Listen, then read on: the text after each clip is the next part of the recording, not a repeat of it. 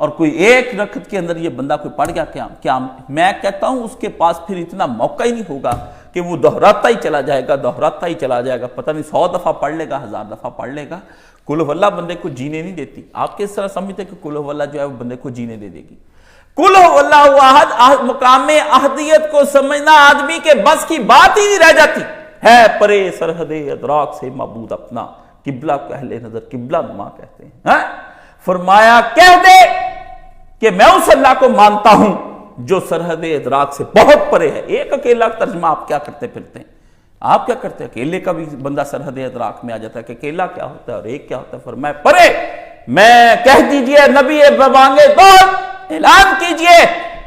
کہ خدا تمہارے دائرہ علم میں نہیں آ سکتا کسی صورت میں، تم خدا کے دائرہ علم کے اندر آ گئے ہو سب کے سب۔ آپ یہ دیکھیں قرآن مجید کا، اور ادھر سے پھر آدمی کے سوچتا ہے کہ اگر میں اس کے دائرہ علم میں آ گیا ہوں،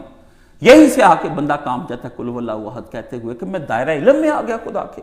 اللہ اللہ اللہ، کوئی بندہ کہے کہ تم میری ذات پہ ہو اور میری ہدف کے اندر ہو اور 24 گھنٹے تم میرے زیر نگرانی ہو اور میں آبزرویشن میں تمہیں رکھا ہوا ہے، مجھے یہ بتائیں یہ آیت آپ کو ہلنے دے گی کہ میرا خدا وہ ہے کہ جس کے دائرہ علم کے اندر میں آ گیا ہوں اور اب وہ مجھے دیکھ رہا ہے اس وقت، اور میری تنہائیوں میں مجھے جانتا ہے، میری محفلوں کے اندر مجھے جانتا ہے، میرے دل کی چوریوں کو جانتا ہے، میری آنکھ کی خیانت کو جانتا ہے، اٹھنے والے وسوسوں کو جانتا ہے۔ یہ چین لینے دیتی ہے قل ہو اللہ احد؟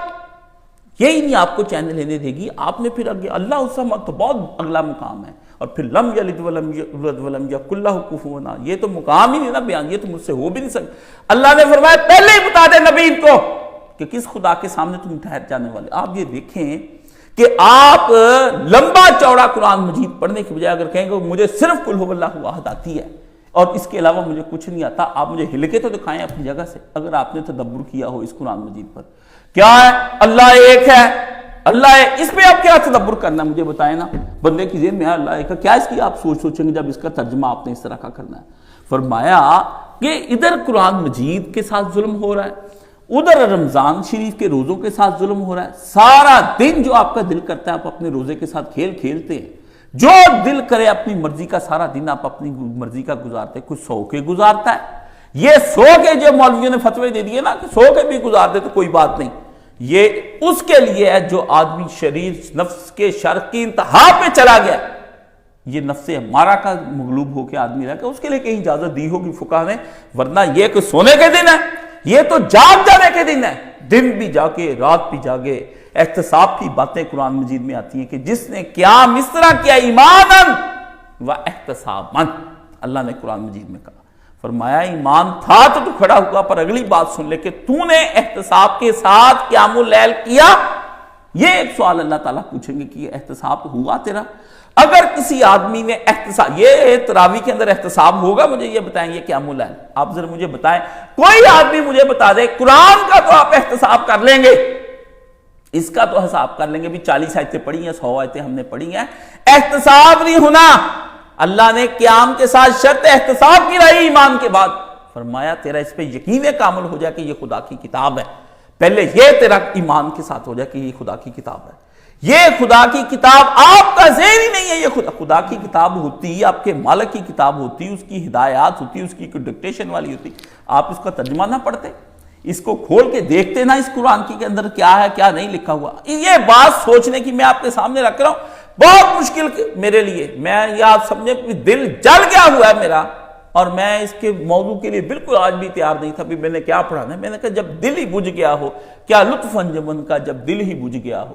یہ قرآن مجید کے ساتھ دن رات نظارے ہوتے ہیں، اور نہ آپ اس کو پڑھتے ہیں، نہ اس کی محفلوں میں آتے ہیں، کھا رہے ہیں پی رہے ہیں، افطاریوں کی وجہ سے بھی درس آپ کے رہ رہے ہیں، سحریوں کی وجہ سے آپ کی تہجدیں رہ رہی ہیں، نہ آپ کے گھروں کی روٹینیں بدلتی، نہ آپ کی، اور یقین جانیں کہ نفرت انگیز دل اس وقت بھر جاتا ہے جب بندہ دیکھتا ہے کہ میرے ساتھ والے سارے کے سارے وہی ہیں، جس کے ساتھ میں 30 سال کا دوست ہوں وہ بھی میرا وہی دوست ہے، جس کے ساتھ میں 10 سال سے میرے تعلقات ہیں اس کی زندگی کے بھی وہی ہے، جس کے ساتھ 20 سال سے میں گزارا کروں وہ بھی ایمان سے خالی ہے۔ یقین جانیں ایسی دوستیوں سے متنفر ہو کے دل کمرے میں بند ہو کے رہ گیا، بھی کمرے میں بند ہو جاؤ، اب کسی سے اب کیا تمنا کرے کوئی ہے، اب کسی سے ہم کیا کریں؟ کیا کسی کے ساتھ بندہ دوستی کرے, کیا کسی کے ساتھ, نہ کوئی قرآن کی بات چھیڑتا ہے آ کے, نہ قرآن کی لطف کی کوئی بات کرتا ہے, نہ کوئی بندہ قرآن مجید نہ سیکھنے آتا ہے نہ سکھانے آتا ہے. جو کوئی طالب علم آتے ہیں وہ اپنی مرضی سے منہ اٹھائے جب جی چاہتا ہے آ جاتے ہیں. ہر وقت استاد حاضر نہیں رہتا. کوئی ایسی میٹنگ نہیں بھی کسی پارک میں اگر پھر رہے ہوں تو قرآن پر بات کریں کہ ابھی مجلس میں بیٹھے قرآن مجید پہ, بس اب مولانا تھے, استاد جی تھے, وہ فوت ہو گئے. اب ان کے بعد کس کے ساتھ دین کی بندہ بات کرے اور کس کو دین کی بات سنائے اور کن سے دین پوچھے. ایک تھا آدمی کی سب سے بڑی جو اس کے ساتھ جو ظلم ہو جاتا ہے نا, وہ یہ ہو جاتا ہے اس کی زندگی میں کہ اس کا ہم آہنگ ساتھی جو ہے نا, اس کا دوست جو اس کا ہم خیال ہوتا ہے, وہی دنیا کے اندر سے اٹھ جائے. اس لیے یہ قرآن مجید جو کہہ رہا ہے, یہ قرآن مجید کے ساتھ جو ظلم آپ نے اس کے ساتھ روا رکھا ہے, مجھے یہ بتائیں یہ ہے آپ کو, اب کہاں سے تقوی آئے گا؟ ذالک الکتاب لا ریب فیہ, فرمایا یہ وہ کتاب ہے یہ جس کے اندر کوئی شک نہیں, یہ کوئی شک نہیں. اور شک کون نہیں کرے گا؟ ھدی للمتقین, متقیوں کے لیے. ادعوا لعلکم تتقون کی آوازیں آ رہی. دونوں تقوی مل کے قیام اللیل نہیں ہو سکا, بیڑا غرق نہیں ہوگا اس آدمی کا. اور پھر جس کسی نے قیام اللیل کیا اور ایسی حالت میں کیا کہ خود ساختہ اور اس طرح پیچھے جا جا کے تراویحوں کے اندر آپ قرآن سن رہے ہیں, یہ قیام اللیل ہے, اس کا نتیجہ یہ نکلنا تھا. پھر بھائی اس طرح کا رمضان گزارنے کے لیے مکے جائیں, مدینے جائیں, کہیں آپ چلے جائیں, حضور کے روضے کے ساتھ والی جالی کے بالکل نبی علیہ السلام کی قبر اطہر کے ساتھ بیٹھ کر بھی آپ پڑھیں گے نا, تو اثر آپ کے اوپر کچھ نہیں ہونا. بیت اللہ شریف میں حجر اسود کے سامنے کھڑے ہو کے, ملتزم کے پاس کھڑے ہو کے, بیت اللہ کے دروازے کے سامنے کھڑے, امام کی پیچھے کی طرف جو کھڑا ہے یا خود امام جو کھڑا ہے, کیا آپ سمجھیں کہ قرآن جی اس پہ اثر انداز ہوگا؟ اس طرح کا رمضان گزار کے جو مرضی آپ کر لیں, آپ مقام بدلتے جائیں گے. جس نے زمان کی قدر نہیں کی اس نے مقام کی بھی کوئی قدر نہیں کی. جس نے رمضان جو ایک زمان ہے, ٹائم آیا, ٹائم پیریڈ ہے رمضان ایک, اس کی قدر نہیں کی, وہ جا کے بیت اللہ شریف کے مقام کے اندر بھی داخل ہو جائے گا تو کیا اس نے قدر کی؟ یہ جعلی عمرے, جعلی حج, وہاں جعلی تراویحاں, یہ رونا رلانا, یہ میری سمجھ سے بالا تر ہے. یہ آخر یہ کیوں آپ کے اوپر رمضان کے اندر بدلاؤ نہیں آتا؟ یہ کیا وجہ ہے؟ وجہ یہی ہے کہ آپ نہ وہ رمضان گزارتے ہیں, نہ وہ بالکل اس ماں کی طرح جسے اپنے پتر کے ٹوٹے ٹوٹے کر دیے, یا اس باپ کی طرح سے ہے کہ جس باپ نے اپنی اولاد کو پیار اور شفقت سے رکھنے کی بجائے اس کو تعزیانوں کی سزا دینی شروع کر دے. یہ رمضان کے ساتھ آپ نے معاملہ کیا. اس لیے عزیزو, یہ جو قرآن کہتا ہے نا کہ میں قرآن ایک آیا ہوں, یہ میں لے کر قرآن اللہ کا کلام لے کر آیا ہوں, یہ رمضان میں اتارا ہے. اللہ نے فرمایا سالگرہ بڑی مناتے ہو, رمضان کی اندر قرآن مجید کی سالگرہ آ گئی, لو مناؤ سارے ڈال کے, پھر پتہ چلے سالگرہ کا یہ اشر آپ کرتے کہ آپ سالگرہ کے اندر اس قرآن مجید کو نہ سمجھیں نہ سمجھائیں, نہ پڑھیں نہ پڑھائیں, جو دل میں آیا آپ سارا دن سو سلا کے, گانے سن کے, فلمیں دیکھ کے, ناچ گا, جو آپ کا دل آیا, اور کچھ نہیں تو کاروبار کے اندر مگن ہے. اگر آپ یہ بھی نہیں نہ کرتے, رمضان میں بدترین آدمی ہے جو کاروبار کرتا رہتا ہے اور نوکریاں کرتے ہیں ان حکومتوں. میرا بات سونا, ایک مہینہ پورا میں رمضان شریف کے آنے سے ساری پورے ملک کے اندر کرفیو نافذ کر دوں. یہ رمضان ایک ایسا مہینہ ہے, مجھے اگر حکومت کبھی ملے نا, اسلامی نظام حکومت عمر آ جائے, تو پورے نظام حکومت کو معطل کر کے رکھ دوں کہ پورے ملک کے اندر کوئی بندہ کام نہیں کرے, ڈوبتی معیشت ڈوب جائے پر مسلمانوں کا ایمان نہ ڈوبے کسی صورت میں. ہاں, پورے ملک کے اندر دکانیں بند ہو جائیں, ہر کام بند ہو جائے, کوئی ضرورت کی چیز ہے, کوئی گھنٹے 2 گھنٹے کے لیے دکان بند, سارے لوگ قرآن پہ غور کریں کہ قرآن مجید کیا ہمیں بتانے کے لیے آیا. وہی کاروبار زندگی, وہی دکانیں آپ کی کھلی, وہ شاپنگیں ہو رہی, فیکٹریاں چل رہی, مزدور آ رہے ہیں, کلینک چل رہے ہیں, روٹیاں کھا رہی ہیں اسپتالوں میں, وہی جب روٹین میں فرق کوئی نہیں آیا, پھر اس قرآن مجید اور رمضان کے آنے کا کیا فائدہ ہوگا؟ مجھے یہ بات بتائیں. یہ تو آیا تھا آپ کی روٹین بدلنے کے لیے, مگر آپ نے روٹین صرف ایک ہی بدلی, کھانے کی, اور اس کی کمی آپ صبح شام ایک ٹائم چھوڑتے ہیں اور 10 ٹائم کا زیادہ کھاتے ہیں. 5 ٹائم کا صبح کھا لیتے ہیں, 5 ٹائم کا رات کو کھا لیتے ہیں, اور دن میں 1 ٹائم کا چھوڑ کے کھا کھا کے وہ روزہ اس طرح تباہ ہو گیا, قرآن مجید پڑھی جاؤ اس طرح تباہ ہو گیا, اور اس کے نتیجے میں جو چیز پیدا ہونی تھی قیام اللیل, وہ تراویح نے بیڑا غرق کر دیا. تینوں چیزیں آپ کو ایمان کی طرف لانے والی, تینوں تباہ و برباد ہو گیا. مجھے بتائیں پیچھے کیا رہ گیا؟ کیا رہ گیا؟ آپ مجھے یہ بات بتائیں. کوئی ہے مسلمانوں کا حال اس کے اندر؟ یہ نہ پوچھا کہ کسی نے بولا کہ تلاوت قرآن میں کرنے لگا ہوں قیام اللیل کے اندر, اس کے کیا اوصاف ہوتے ہیں, کیا وضاحتیں ہوتی ہیں, کوئی کسی نے پوچھا؟ اور تلاوت کی تو کئی قسمیں تھیں, تلاوت کی تو کئی قسمیں